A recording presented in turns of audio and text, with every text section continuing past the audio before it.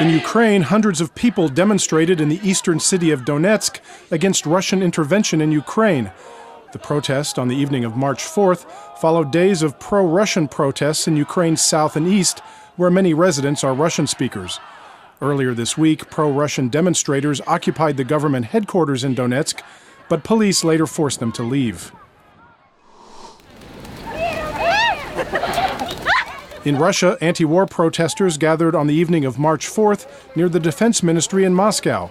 The demonstrators voiced opposition to any Russian invasion of neighboring Ukraine.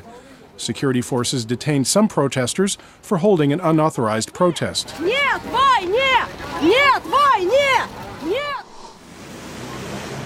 In Serbia, another protest against Russian military action in Ukraine took place in front of the Russian embassy in Belgrade.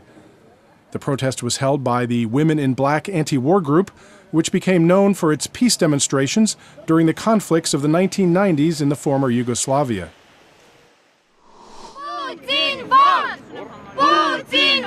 In Armenia, activists rallied support for Ukraine's new authorities near the Russian embassy in Yerevan. The activists denounced Russian military incursions in Ukraine and used strong terms to denounce President Vladimir Putin. Police blocked the activists from approaching the Russian embassy and detained 3 protesters.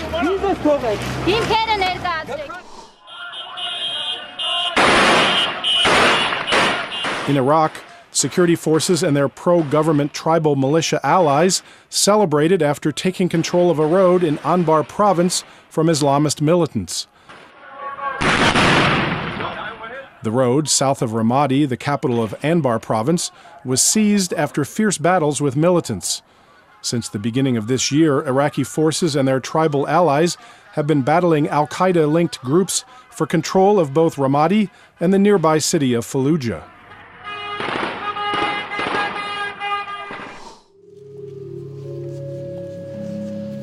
In Belarus, the well-known poet and editor Ryhor Baradulin was buried on the evening of March 4th in his home district of Ushachi, north of Minsk. Earlier, thousands of people bid farewell to the poet in Minsk's Independence Square.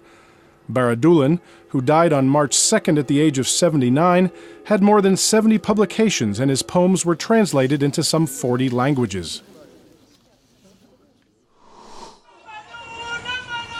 In Pakistan, employees of the Water and Power Development Authority demonstrated in the northwestern city of Peshawar against the possible privatization of the department.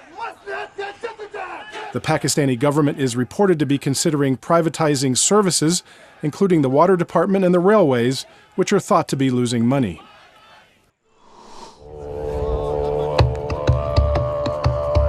In the Kyrgyz capital Bishkek, hundreds of people don the traditional Kalpak cap to celebrate White Hat Day. Participants also took part in a group performance of Kara Jorgo, or the Black Horse Dance. White Hat Day is an unofficial celebration that began in 2012. And that's the video Roundup from Radio Free Europe, Radio Liberty.